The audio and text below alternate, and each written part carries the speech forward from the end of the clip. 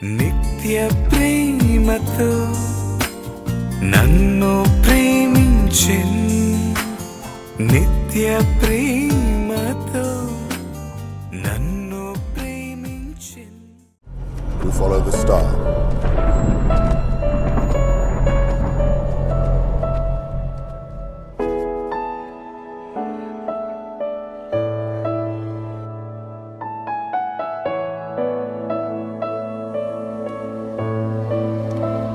His name is Jesus.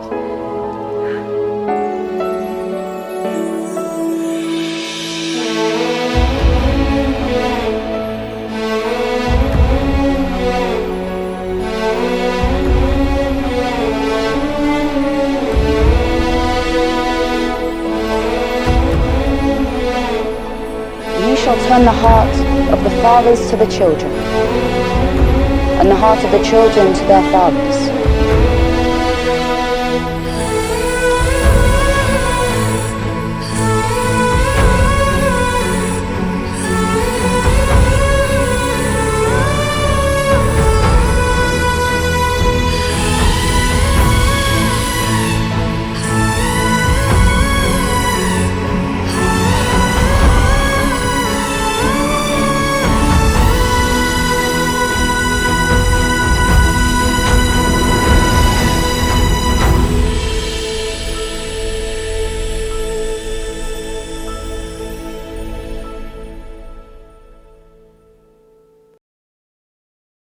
మహాకృపయు కనికరము కలిగిన మా కన్న తండ్రి, ఘనమైన ఉన్నతమైన నీ నామమునకు స్తుతులు స్తోత్రములు చెల్లిస్తున్నాం. శాశ్వత ప్రేమ నీ టీవీ కార్యక్రమం ద్వారా పరిశుద్ధ లేఖనములను ధ్యానించుచుండగా నీ సహాయాన్ని మాకు అనుగ్రహించండి. నీ దాసుడనైనా నన్ను మరుగుపరచండి. శక్తి కలిగిన నీ మాటలు చెప్పగలిగే సామర్థ్యాన్ని అనుగ్రహించండి. వినుచున్న నీ పిల్లలకు వివేచనను అనుగ్రహిస్తూ సత్యములోనైనా నీ పిల్లల జీవితాలను స్థిరపరచమని మిమ్మల్ని ప్రాధేయపడుతున్నాం. ఈ కార్యక్రమం అంతయు నీకు మహిమకరముగా, మాకు ఆనందకరముగా నాయన నీ ఆత్మ సహాయముతో జరిగించమని మిమ్మల్ని కోరుకుంటూ క్రీస్తు నామం నీ ప్రార్థన అడిగి వేడుకొనుచున్నాము తండ్రి, ఆమేన్. ప్రేమన దేవుని వర్లారా, దేవుని అపారమైన ప్రేమను బట్టి, ఆయన ఉచితమైన కృపను బట్టి మన తండ్రి అయిన దేవునికి క్రీస్తు పేర కృతజ్ఞతాస్తుతులు చెల్లించుచున్నాను.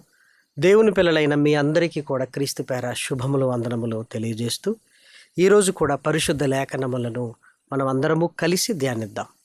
దయచేసి చేతిలోనికి మీ పరిశుద్ధ గ్రంథాన్ని తీసుకుని వాక్యాన్ని చూస్తూ వాక్య ధ్యానాన్ని కొనసాగించవలసిందిగా ప్రభు ప్రేమను బట్టి మిమ్మల్ని కోరుకుంటున్నాను. తిమోతి గారికి రాసిన 2వ పత్రిక 2వ అధ్యాయము 20వ వచనాన్ని మనం అందరము కలిసి ధ్యానిద్దాం. గొప్ప ఇంటిలో వెండి పాత్రలను బంగారు పాత్రలను మాత్రమే గాక కర్రవియు మంటివియు కూడా ఉండును.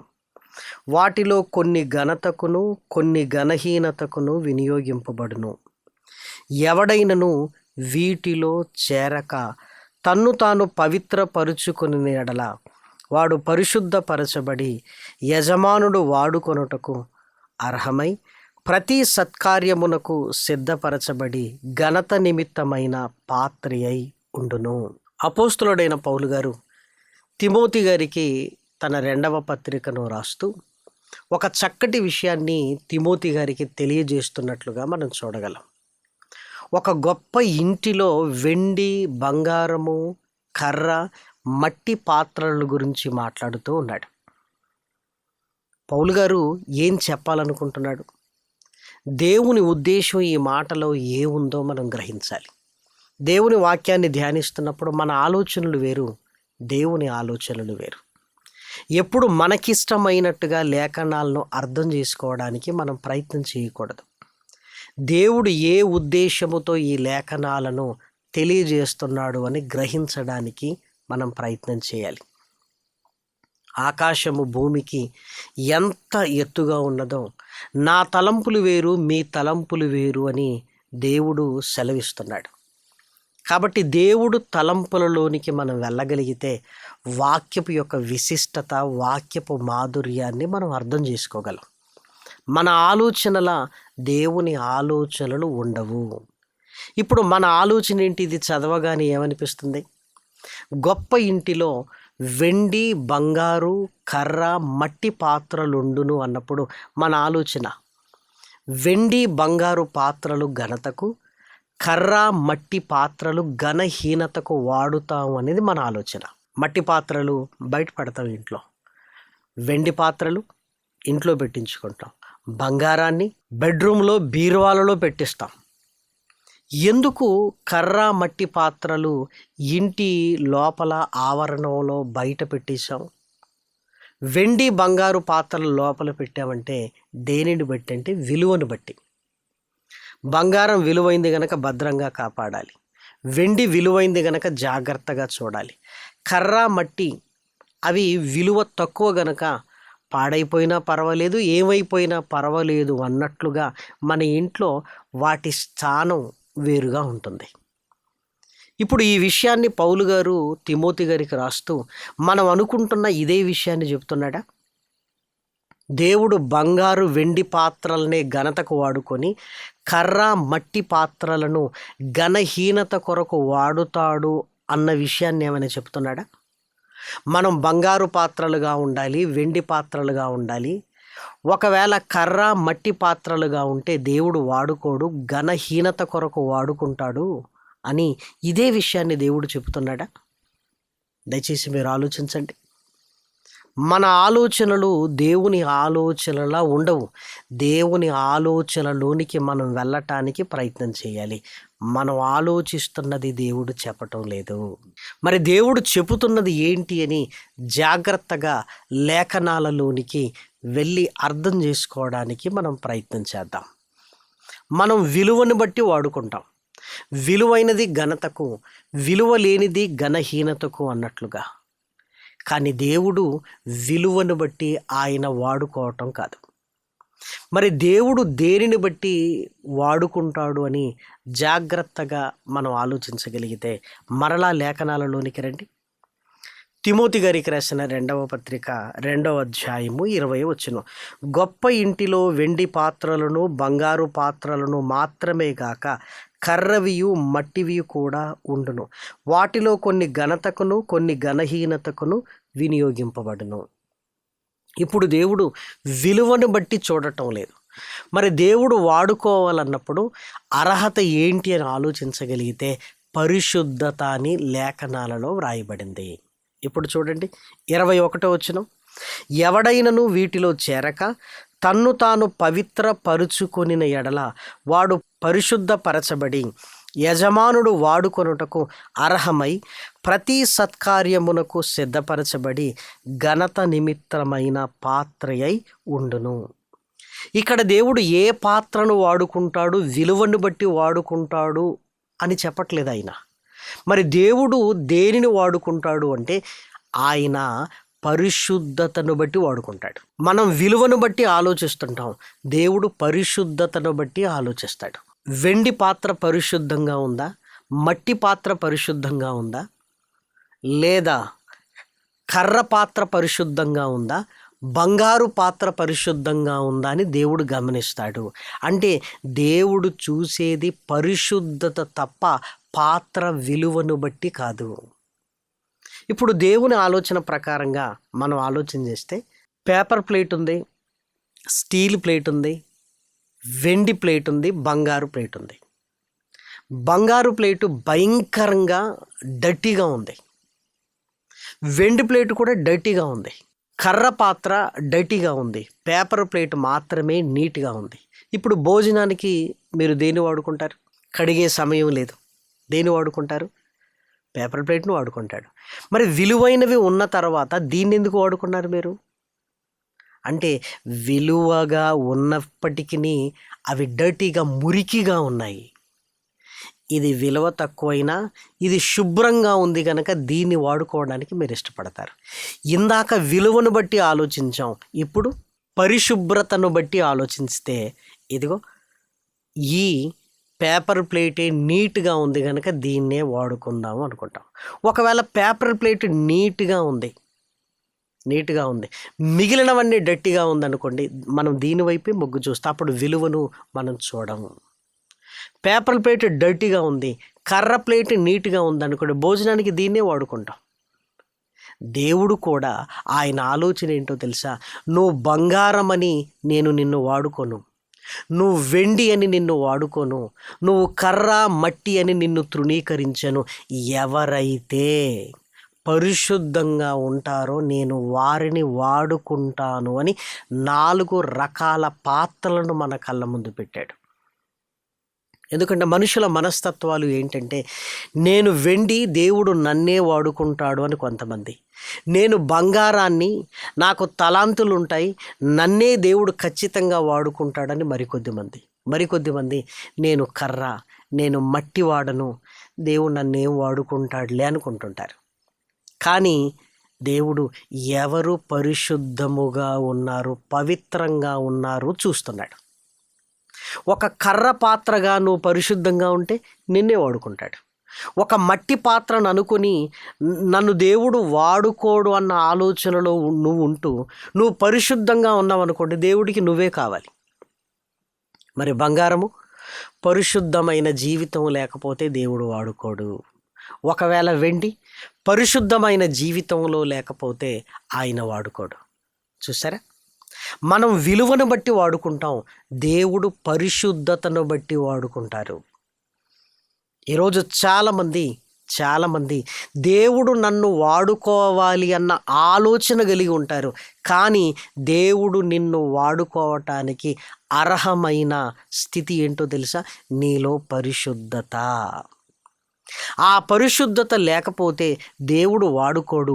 ఆ పరిశుద్ధత నువ్వు ఉంటే నీ స్థితిని చూడడు, నీ రంగును చూడడు, నీ ఆకారాన్ని చూడడు, నీ ఎత్తును చూడడు, నీ కుటుంబపు నేపథ్యాన్ని చూడడు, నువ్వు పేదవాడివా ఆయన చూడడు, నువ్వు కావాలి ఆయనకి. దయచేసి మీరు ఆలోచించండి. పరిశుద్ధ లేఖనాలను అర్థం చేసుకోవడానికి ఆయన ఆలోచనలోనికి వెళితే ఆయన మనలో చూసేది పరిశుద్ధత అని మనం గ్రహించగలిగితే, పరిశుద్ధత లేకపోతే బంగారపు పాత్ర నేను అనుకున్నా తృణీకరిస్తాడు. పరిశుద్ధత నీలో ఉంటే నువ్వు కర్ర పాత్రగా ఉన్న దేవుడు నిన్నే వాడుకుంటాడు. 4 పాత్రలు, 4 జీవితాలు అని మనం అనుకుంటే, ఇదిగో 4 పాత్రలు పరిశుద్ధంగా ఉన్నాయి అనుకోండి, 4 వాడుకుంటాడు ఆయన. 4 వాడుకుంటాడు. నువ్వు ఎలా ఉన్నావు? నేను బంగారాన్ని అనుకుంటూ అపవిత్రతతో బ్రతుకుతున్నావా? దేవుడు ఘనహీనత కొరకు వాడుకుంటాడు. లేదు, నేను మట్టి పాత్రను అని పరిశుద్ధంగా ఉండటానికి ప్రయత్నం చేస్తున్నావా? పరిశుద్ధత నీలో ఉందా? అయితే తన ఘనత కొరకు నిన్ను వాడుకుంటాడు. అందుకే ఆ పరిశుద్ధత కొరకు మనం ప్రయత్నం చేయాలి.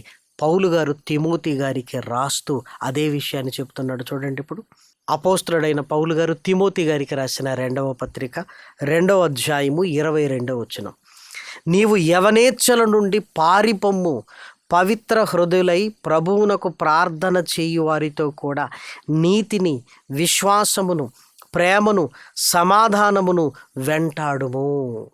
అంటే ఈ పరిశుద్ధతలోనికి నువ్వు రావాలి కాబట్టి చక్కటి సహవాసాన్ని కలిగి ఉండాలి, ప్రార్థనా పరుల జీవితాన్ని నువ్వు అనుసరించాలి, వారితో నువ్వు కలిసి ఉండాలి అని పౌలు గారు తిమోతి గారికి లేఖను వ్రాస్తున్నాడు. దయచేసి మీరు ఆలోచించండి.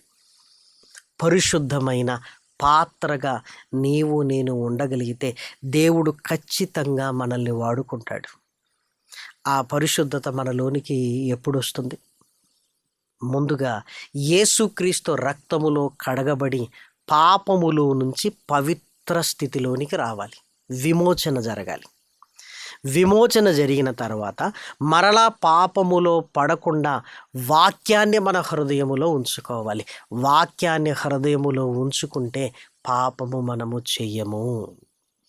అంతేకాదు, ప్రార్థనా జీవితాన్ని కలిగి ఉండాలి, లేఖనాలను ధ్యానిస్తూ ఉండాలి, పరిశుద్ధ గ్రంథాన్ని ఖచ్చితంగా చదవాలి.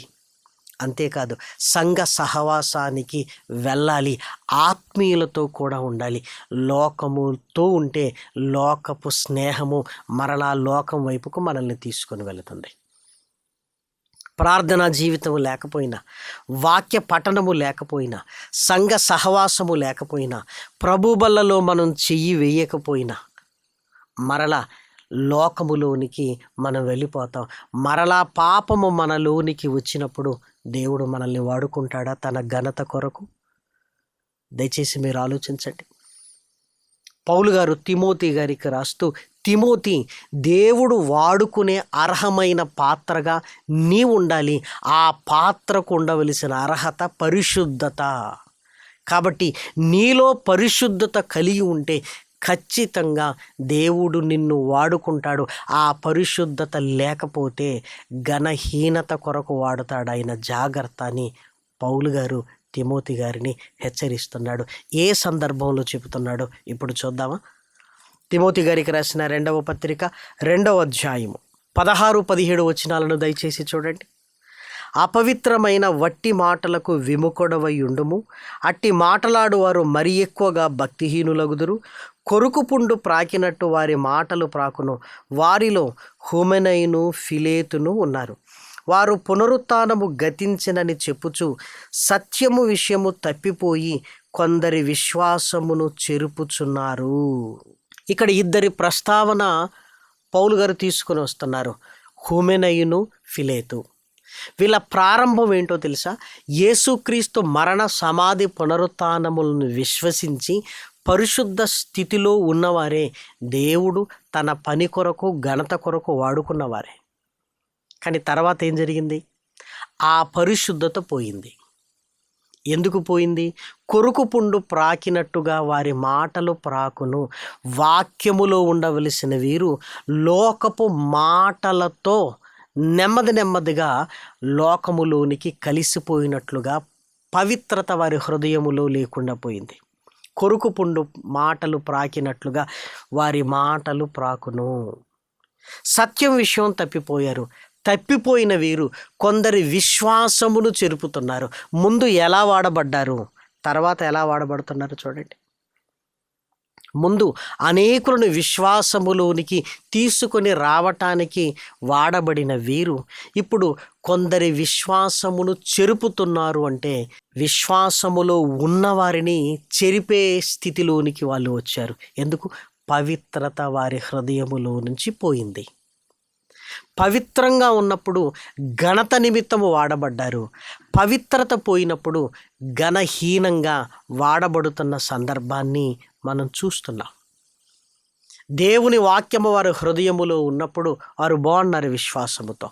కొరుకు పుండు మాటలు ప్రాకినట్లుగా వారి మాటలు ఎప్పుడైతే ఎక్కువయ్యాయో విస్తారముగా మాట్లాడు వాడి మాటలలో దోషముండక మానదు అని లేఖనము సెలవిస్తుంది. పవిత్రత పోయింది.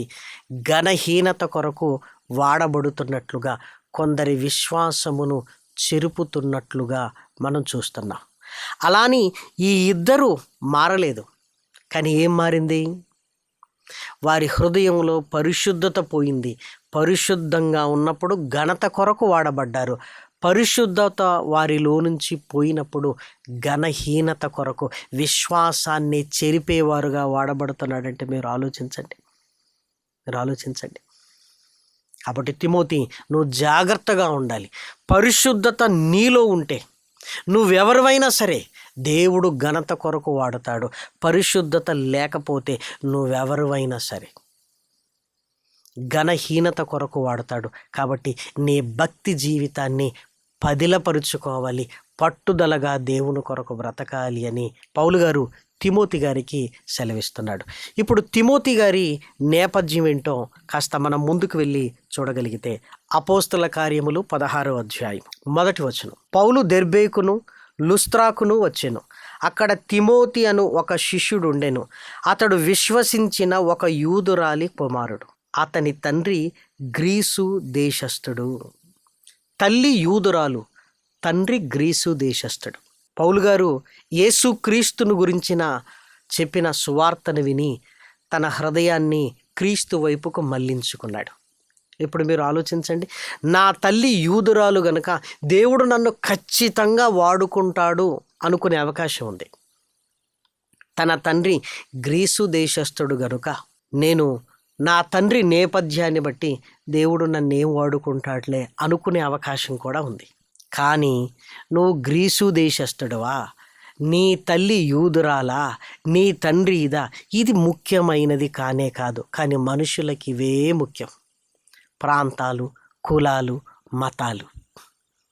ఈరోజు బ్రతికున్నప్పుడు చూడండి, మనుషులు వీటినే ప్రాణప్రదంగా ప్రేమిస్తారు. చివరికి ప్రాణం పోయిన తర్వాత ఇవేవి గుర్తురారు. ఈరోజు చాలామంది కొట్టుక చేస్తున్నారు కులాల పేరుతో, మతాల పేరుతో. మనుషులము అన్న సంగతే మరిచిపోయి ప్రాంతాలు, దేశాల విద్వేషాలు ఈరోజు మనుషుల హృదయాలలో గూడు కట్టుకున్నట్లుగా మనం చూస్తున్నాం. తిమోతి గారి నేపథ్యం కూడా, తండ్రి గ్రీసు దేశస్థుడు, తల్లి యూదురాలు. ఇప్పుడు తిమోతి ఆలోచనలో, నా తండ్రిని బట్టి ఆలోచిస్తే దేవుడు నన్ను వాడుకోడేమో, తల్లిని బట్టి ఆలోచిస్తే నేను యూదురాలు కుమారుడు గనక దేవుడు నన్ను వాడుకుంటాడేమో అన్న భావన ఉంది. కానీ పౌలు గారు తిమోతికి రాస్తూ, నువ్వు ఎవరివి అన్నది కాదు, నువ్వు పరిశుద్ధంగా ఉంటే దేవుడు వాడుకుంటాడు. నీ తల్లి ఎవరైనా, నీ తండ్రి ఎవరైనా, నువ్వు పేదరికములో పుట్టినా, నువ్వు అంగవైకల్యముతో ఉన్నా, నీ పరిస్థితి ఎలా ఉన్నా, నీలో పరిశుద్ధత ఉంటే దేవుడు ఖచ్చితంగా నిన్ను వాడుకుంటాడు అని తిమోతిని ధైర్యపరుస్తున్నాడు. అంటే దేవుడు మనిషిలో చూసే అర్హత పవిత్రత. ఆ పవిత్రత మనలో లేనప్పుడు మనం ఎవరివైనా సరే దేవుడు మనల్ని వాడుకోడు. ఆ పవిత్రత నీలో ఉండటానికే యవనేచ్ఛల నుంచి పారిపోవాలి. ప్రార్థనా పరులతో నీతిని సమాధానమును వెంటాడుము అని పౌలు గారు తిమోతి గారికి సెలవిస్తున్నాడు. కాబట్టి ఇప్పుడు ఆలోచించండి, మహనీయుడైన యేసుక్రీస్తు ప్రపంచ రక్షకుడుగా ప్రపంచ మానవాళికి విమోచనను అనుగ్రహించు ఒక అర్హమైన పాత్రగా ఆయన వాడబడ్డాడు. ఆయనకున్న అర్హత ఏంటి? యూదా గోత్రములో పుట్టాడనా? కానే కాదు. ఆయన అద్భుతాలు చేయగలిగిన సామర్థ్యం కలిగిన వాడు అని దేవుడు వాడుకున్నాడా? లేదు. యేసుక్రీస్తులో ఉన్న అర్హత ఏంటో తెలుసా? మనలాంటి శరీరాన్ని ధరించుకున్న ఆయన ఏ పాపము లేనివాడు, పరిశుద్ధతే దేవుడు వాడుకునే అర్హత అయితే యేసుక్రీస్తును ఎంత గొప్పగా ఆయన వాడుకున్నాడో చూడండి. ఎందుకంటే ఆయన ఏ పాపము చేయలేదు. మనము పాపములో నుంచి విమోచింపబడితే ఆయన ఏ పాపము చేయలేదు. ఆయన నోటిలో ఏ కపటము లేదు. పవిత్రుడు, పాపులలో చేరనివాడు, నిర్దోషి. అందుకే యేసుక్రీస్తును తండ్రి ఎంత గొప్పగా వాడుకున్నాడంటే, ప్రతి వాని మోకాలు యేసు నామమున వంగాలి, ప్రతి వాని నోరు యేసుక్రీస్తు ప్రభువని ఒప్పుకోవాలి. ముల్లోకాలలో, పరలోకమందున్న వారిలో కానీ, భూమి మీద ఉన్న వారిలో కానీ, భూమి క్రింద ఉన్న వారిలో కానీ ఆయన కంటే గొప్పవారు ఎవరు లేరు. ఇప్పుడు ఆలోచించండి, దేవుడు నిన్ను నన్ను ఎప్పుడు వాడుకుంటాడు? పరిశుద్ధత మనలో ఉన్నప్పుడు దేవుడు వాడుకుంటాడు. ఆ పరిశుద్ధత లేనప్పుడు దేవుడు వాడుకుంటున్నాడు అన్న భ్రమలో బ్రతుకుతూ మన ఇష్టానుసారంగా సమాజంలో మాట్లాడుతుంటాం. కానీ దేవుడు వాడుకుంటే ఎంత గొప్పగా ఉంటుంది ప్రేమన వారలారా. దేవుడు వాడుకుంటే హృదయాలు కదిలింపబడతాయి. దేవుడు వాడుకుంటే అనేకులు రక్షణలోనికి నడిపింపబడతారు. దేవుడు వాడుకుంటే స్థిరపరచబడి బలపరచబడతాము. ఆ అర్హత నీలో నాలో ఉందా? లేదంటే దేవుడు నన్నే వాడుకుంటాడు, నేను పేదవాడిని, నేను వైకల్యము కలిగిన వాడిని, నేను సరిగా మాట్లాడలేను అని, నేను మట్టి వాడను, నేను కర్ర పాత్రను అని నిన్ను నువ్వే నిందించుకుంటున్నావా? దేవుడు విలువను బట్టి కాదు, నీ స్థితిని బట్టి ఆయన బంగారాన్ని కూడా పరిశుద్ధత లేకపోతే పట్టించుకోడు. ఆయన నువ్వు పరిశుద్ధంగా ఉంటే, నువ్వు మట్టి పాత్రవైనా నిన్నే ఆయన వాడుకుంటాడు అనటంలో ఎలాంటి సందేహము లేనే లేదు. కాబట్టి దయచేసి ఆలోచించండి. మనము పవిత్రత కొరకు ప్రయాసపడాలి. యేసుక్రీస్తుకు కలిగిన ఆ పవిత్రతను సంపాదించుకోవడానికి మనం ప్రయత్నం చేయాలి. అందుకే ఎప్పుడు కూడా ప్రార్థన జీవితాన్ని నిర్లక్ష్యం చేయకూడదు. వాక్యాన్ని చదవటాన్ని మనం నిర్లక్ష్యము చేయకూడదు. సంఘ సహవాసాన్ని మనము నిర్లక్ష్యము చేయకూడదు. దేవుని వాక్యాన్ని మన హృదయములో పెట్టుకొని ఆ వాక్య ప్రకారంగా బ్రతకడానికి మనం ప్రయత్నం చేయాలి. ఒక రోబో చిప్ ఆధారంగా ఎలా పనిచేసుకుంటూ వెళుతుందో అలాగే లేఖనాలను బట్టి బ్రతకటం మనం నేర్చుకోవాలి. పరిశుద్ధ లేఖనాలు మన హృదయంలో ఉన్నప్పుడు మన శరీరాన్ని కూడా ఆ లేఖనాలను అనుసరించి బ్రతికేటట్లుగా మనం మారిపోవాలి. ప్రియమైన దేవుని పిల్లలారా, అలాగైతే దేవుడు నిన్ను నన్ను గొప్పగా వాడుకుంటాడు. అందులో అనుమానము లేనే లేదు. మన ఆలోచనలు వేరు, దేవుని ఆలోచనలు వేరు.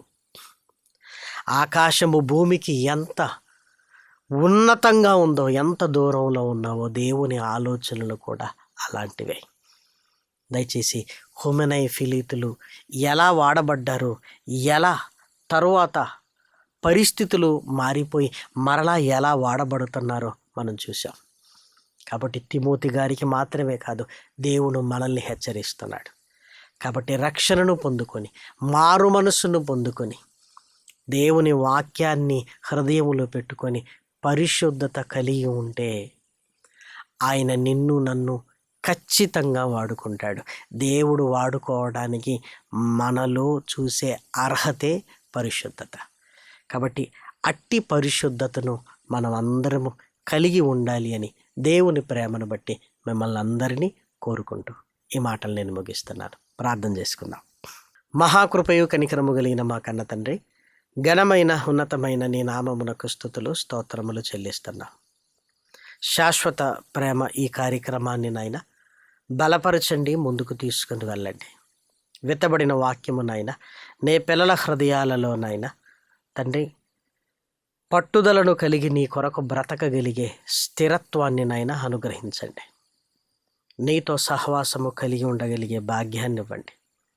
ఈ కార్యక్రమాలను బలపరిచి ముందుకు తీసుకుని వెళుతున్న నీ పిల్లలైన వారందరినీ నాయన పేరు పేరు వరుసన జ్ఞాపకం చేసుకుంటున్నా.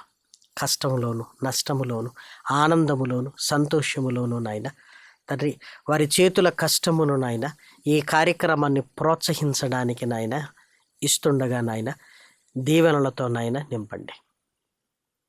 అదేవిధంగా నాయన ప్రార్థనా సహాయాన్ని కోరిన నీ పిల్లలను నాయన జ్ఞాపకం చేసుకోండి. కష్టాలలో, కన్నీళ్లలో, శోధనలో, ఇబ్బందులలో నాయన తండ్రి నీ వైపు చూచినప్పుడల్లా నాయన బలపరచండి. ప్రార్థనా జీవితాన్ని మెరుగుపరుచుకొని నాయన తండ్రి నీతో సహవాసము కలిగి ఉండగలిగే భాగ్యాన్ని ఇవ్వండి. తండ్రి పిల్లల హృదయాల్ని నాయన తల్లిదండ్రుల వైపు, తల్లిదండ్రుల హృదయాల్ని పిల్లల వైపు త్రిప్పండి.